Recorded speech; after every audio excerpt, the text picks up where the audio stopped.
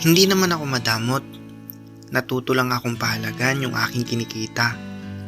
Kasi, nangailangan din naman ako ng pera at nagtry lumapit sa iba. Pero, isa lang sinabi nila, kundi, pasensya. Ngayon alam ko na kung bakit pasensya yung sinabi nila noong mga panahong kailangan ko rin sila. At naiintindihan ko yun. At naiintindihan ko yun ngayon. At pasalamat na din ako kasi hindi nila ako pinahiram.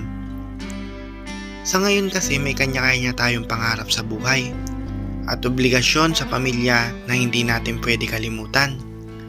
Lalong-lalo na at isa tayo sa nakakatulong na sa kanila.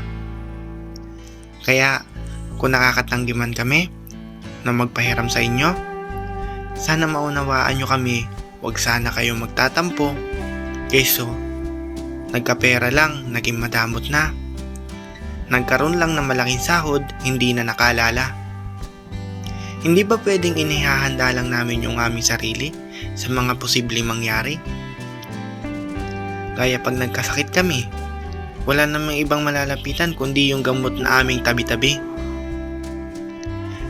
Nakikita nyo kami na ayos ang kalagayan, pero hindi ibig sabihin nun, hindi na nadadapuan ng karamdaman. Kaya uulitin ko po, hindi po ako madamot ha. Malalapitan nyo pa rin ako sa kahit anong bagay, hindi lang sa pera. Kaya pasensya muna, darating din yung tamang panahon na maintindihan nyo rin ako kung bakit pamilya ko muna yung gusto kong iahon.